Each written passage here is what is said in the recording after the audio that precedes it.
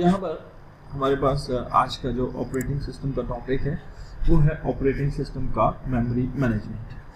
ठीक है, memory management is the functionality of an operating system which handles or manages the primary memory and moves the processes back and forth between the main memory and disk during the execution। एक operating system की वो ability जिसमें एक operating system ये काम करता है कि वो प्राइमरी मेमोरी यानी रैम को हैंडल करता है। ठीक है, रैम के अंदर डाटा स्टोर करता है, डाटा को रैम में स्टोर कर से हार्ड डिस्क में भेज सकता है, हार्ड डिस्क से रैम में भेज सकते हैं। तो मेमोरी मैनेजमेंट के जरिए क्या होता है कि आपकी रैम पर मौजूद तमाम मेमोरी लोकेशन की ट्रैकिंग की जाती है। ठीक है, और चेक किया जाता है कि कितनी मेमोरी एक प्रोसेस को एलोकेट करनी है। ठीक है, कब एलोकेट करनी है, कब प्रोसेस से मेमोरी को वापस ले लेना। ठीक है, और ये सारा काम करने के लिए ऑपरेटिंग सिस्टम का जो पार्ट काम करता है उसको कहा जाता है MMU, मेमोरी मैनेजमेंट यूनिट। अब मेमोरी मैनेजमेंट यूनिट की जब हम बात करें तो हम जब यहाँ पे आ जाएं, गूगल पे आ जाते हैं, हम सर्च करते हैं MMU। ठीक है, तो MMU बेसिकली एक हार्डवेयर का नाम भी होता है। ठीक है, व्हाट इज दिस यार, ये कुछ मेडिकल यूनिवर्सिटी है।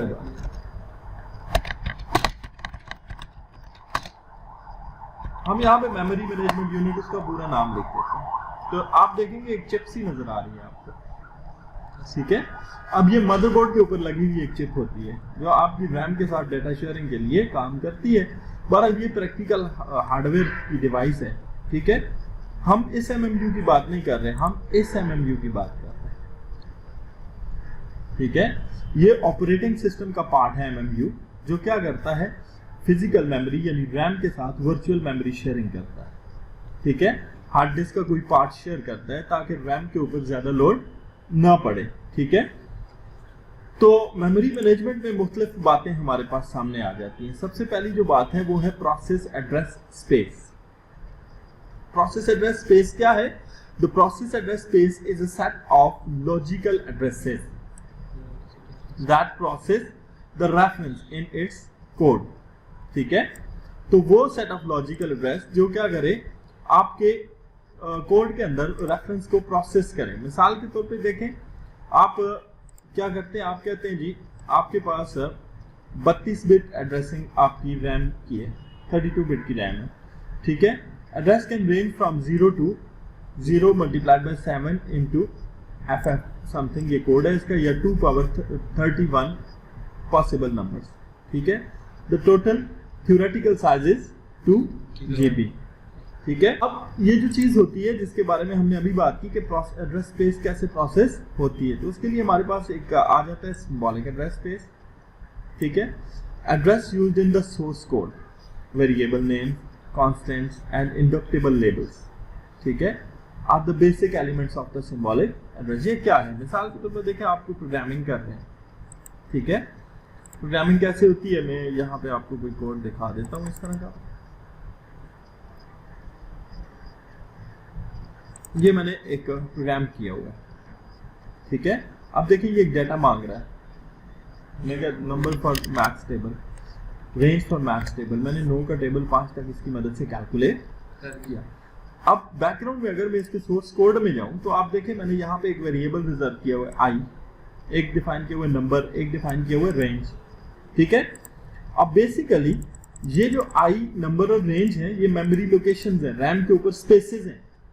जैसे ही मैंने प्रोग्राम को रन किया तो प्रोग्राम ने मुझसे नंबर मांगा, मैंने कहा जी 98 का टेबल निकालो, तो 98 जाके रैम में स्टोर हो गया अपनी मेमोरी लोकेशन के अंदर। उस मेमोरी लोकेशन का नाम क्या है, नंबर। ठीक है, उसके बाद जैसे ही मैं इसको एग्जीक्यूट करता हूं तो ये कहता है जी आप नंबर दो, मैंने नंबर दिया। फिर दूसरे नंबर पे कहता है रेंज दो, मैं कहता हूँ 25 तक निकालना।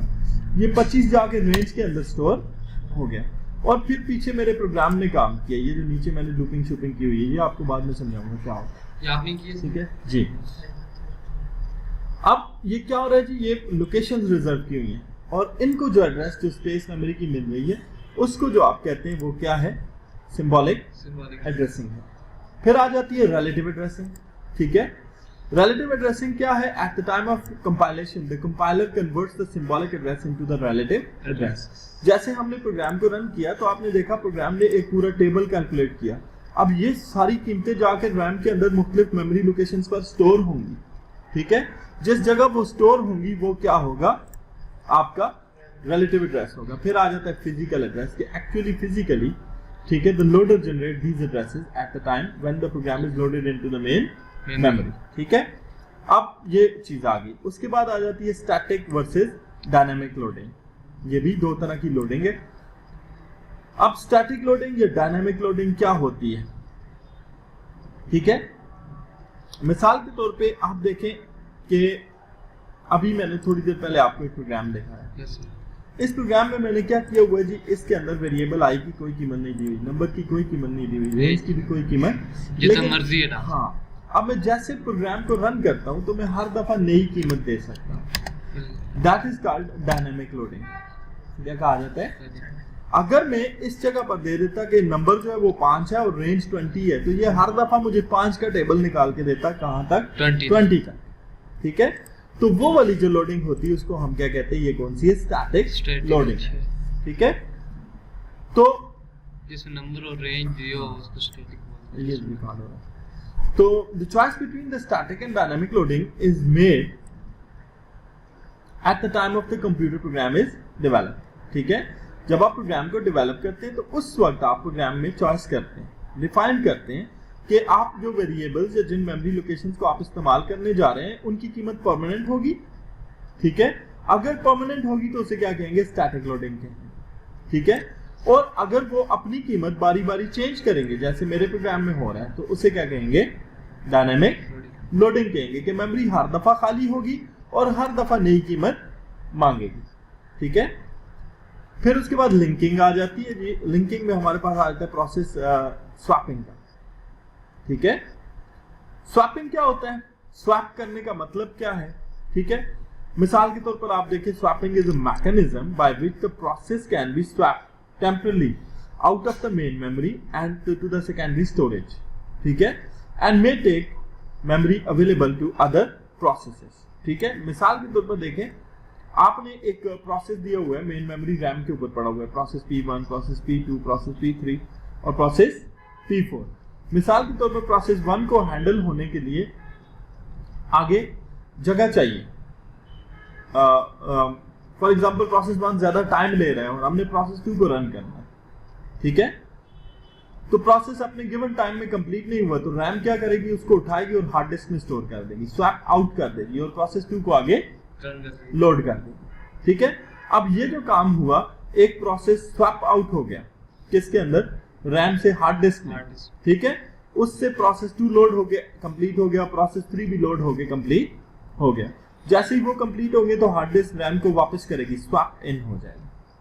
ठीक है, इस चीज को हम क्या कहते हैं? ये क्या हुआ? मेमोरी में स्वैपिंग हुई, यानी कि डाटा रैम से हार्ड डिस्क में गया और हार्ड डिस्क से वापस रैम में आया. अब दूसरी बात हमारे पास आ जाती है मेमोरी की एलोकेशन करना. ठीक है, अब मेमोरी की एलोकेशन में दो तरह की एलोकेशन होती है. एक होती है हमारे पास लो मेमोरी. ठीक है, ऑपरेटिंग सिस्टम रिजाइड. अब रैम की हमारे पास दो तरह की मेमोरीज है. ठीक है, एक को हम कहते हैं लो मेमोरी और एक को कहते हैं हाई मेमोरी. ठीक है, लो मेमोरी आपकी रैम का वो हिस्सा होता है जहां पर ऑपरेटिंग सिस्टम की फाइलें रिजाइड करती हैं. जैसे हम ऑपरेटिंग सिस्टम को लोड करते हैं ना, तो आपके ऑपरेटिंग सिस्टम की कुछ फाइल्स ऐसी होती हैं जो उसको ग्राफिकली लोड करवाने के लिए रैम पे आ जाती हैं. उन्हें रेजिडेंट फाइल्स कहा जाता है. रैम के जिस पोर्शन पे वो स्टोर होती है उन्हें लो मेमोरी कहा जाता है. ठीक है, और हाई मेमोरी रैम की वो स्पेस होती है, वो मेमोरी होती है जिसके ऊपर जाके आपका डेटा, आपका प्रोसेस स्टोर होता है.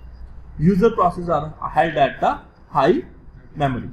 ठीक है, उसके बाद आ जाती है फ्रेगमेंटेशन. अच्छा, फ्रेगमेंटेशन में आपको डायग्राम से समझाता हूं. चले पहले इसकी डेफिनेशन भी देख लेते हैं. The process are loaded and removed from the memory and free space is broken into the little pieces. It happens after some time. Process is allocated to the memory blocks consisting of their small size. Blocks remain unused. This problem is called fragmentation. अब definition से आपको बात समझ में आ गई होगी क्या हुआ. ठीक है, मिसाल के तौर पर ये रैम है. इसके ऊपर नजर आ रहा है आपको ये जो लाइन स्पेस है, ये आप समझे प्रोसेस है, ये प्रोसेस 1, ये प्रोसेस 2 कंप्लीट हो गया तो उसकी जगह खाली हो गई है। ये प्रोसेस 3 है, प्रोसेस 4 कंप्लीट हो गया, उसकी जगह खाली हो गई है। प्रोसेस 5 है, प्रोसेस 6 कंप्लीट हो गया, 7 कंप्लीट हो गया, लेकिन उसकी जगह खाली हो गई। 7 है और प्रोसेस 8 वाली जगह भी खाली है। अब नया प्रोसेस लोड होने में रैम को प्रॉब्लम होगी कि इसकी फ्री स्पेस जो है वो ये इधर जाया हो रही है, दो प्रोसेसेस के दरमियान, ये वाली भी जाया हो रही है प्रोसेसेस के दरमियान में। अब ये जो फ्री स्पेस है इसको फ्रेगमेंट कहा जाता है, ठीक है। अब इन फ्रेगमेंट्स को आपका जो MMU है वो क्या करता है, डीप फ्रेगमेंट करता है। डीप फ्रेगमेंट का मतलब है कि जो डाटा पोर्शन होता है उसको वो सारे को एक साइड पे कर देता है, और जो फ्री स्पेस होती है उस सारे को एक साइड पे कर देता है, और इस तरह आपकी रैम में क्या हो जाता है, फ्री स्पेस खाली हो जाती है और नए प्रोसेस को लोड करने में कोई प्रॉब्लम नहीं होती। This is known as deep fragmentation, ठीक है। और ये खाली स्पेस रह जाना प्रोसेस के कंप्लीट होने के बाद, this is known as fragment, ठीक है। अब बात करते हैं पेजिंग की। पेजिंग को आप वर्चुअल मेमोरी भी कहते हैं, ठीक है। Computer can address more memory than the amount physically installed in the system, ठीक है। This extra memory is actually called the virtual memory. In this section, hard to set up to emulate the computer RAM. Paging technique is important role in the implementation of the virtual memory. बाज़ औक़ात ऐसा होता है कि आपके computer में RAM कम install होती है, ठीक है। रैम कम होने इंस्टॉल होने का मतलब, फॉर एग्जांपल आपके पास ही कंप्यूटर में 8 GB की रैम लगी है, ठीक है। आपने एक प्रोसेस लोड कर दिया जिसका साइज है 16 GB। अब क्या होगा, हमें पता है कि जब हम प्रोसेस लोड करते हैं वो पहले रैम पे जाएगा, रैम से प्रोसेसर पे जाएगा और फिर जाके वो प्रोसेस होगा। अब रैम तो आगे पड़ी हुई है, 8 GB है। अब आपका मेमोरी मैनेजमेंट यूनिट क्या करेगा, 8 GB का एक पोर्शन हार्ड डिस्क के अंदर से लेगा, आपके प्रोसेस के 2 पेजेस बनाएगा, पेज 1 8 GB का और पेज 2 भी। पहला पेज डाल देगा रैम के ऊपर और दूसरा हार्ड डिस्क की वर्चुअल मेमोरी पे डाल देगा। अब पहला जैसे ही पूरा होगा वो हार्ड डिस्क के वर्चुअल वाले को रैम के ऊपर ले आएगा, और इस तरह आपकी रैम के साथ हार्ड डिस्क का एक पोर्शन शेयर हो जाएगा। This is known as virtual memory और पेजिंग मेमोरी, ठीक है। इसके बाद आपके पास आ जाता है एड्रेस ट्रांसलेशन, ठीक है, या इसके एडवांटेजेस या डिसएडवांटेज। पेजिंग से क्या होता है, एक्सटर्नल फ्रेगमेंटेशन से आप बच जाते हैं, ठीक है, लेकिन इंटरनल फ्रेगमेंटेशन हार्ड डिस्क के ऊपर होती है, ठीक है। पेजिंग सिंपल होती है, इसको आसानी से इम्प्लीमेंट किया जा सकता है और इससे आपकी मेमोरी मैनेज करना एफिशिएंट होता है, ठीक है। इक्वल साइज ऑफ पेजेस, सारे पेजेस का साइज बराबर होता है तो स्वैपिंग बड़ी आसान होती है, इसलिए हार्ड डिस्क से आप रैम पे डेटा भेज सकते हैं और रैम से हार्ड डिस्क पे डेटा भेज सकते हैं। और page table required extra memory space, so may not be good for system having the small RAM. लेकिन पेजिंग जो होती है बाज़ औक़ात ऐसा होता है कि अगर आपके सिस्टम में छोटी रैम हो तो आपका सिस्टम हैंग होना शुरू हो जाता है वर्चुअल मेमोरी की शेयरिंग की वजह से, ठीक है। तो ये जितना भी प्रोसेस हुआ इसको आप क्या कहते हैं, ये मेमोरी मैनेजमेंट है। लास्टली हमारे पास एक छोटी सी बात और है, segmentation. Segment is a memory, ठीक है, management technique in which each job is divided into several small segments और different sizes. On each module contains a piece of and perform the relative function. For each segment is actually different logical address and space of the program. Segmentation क्या होता है कि आप क्या करते हैं, अपने एक बड़े प्रोसेस को छोटे छोटे पार्ट्स में डिवाइड कर देते हैं, सेगमेंट 1, सेगमेंट 2, सेगमेंट 3, ठीक है. और हर प्रोसेस को रैम के ऊपर पहले सेगमेंट का साइज है जी 400 MB, दूसरे सेगमेंट का साइज है 200 MB, तीसरे सेगमेंट का साइज है, और इस तरह तमाम सेगमेंट्स को आप क्या कर देते हैं, अलग अलग स्पेस दे देते हैं, ठीक है. और सीक्वेंस वाइज ये आपका ऑपरेटिंग सिस्टम इन सेगमेंट्स को रन करता है. ये भी एक पेजिंग मेमोरी जैसी ही टेक्निक है जो कि हमारे लेटेस्ट ऑपरेटिंग सिस्टम में इस्तेमाल हो रही है. तो this was all about memory management in an operating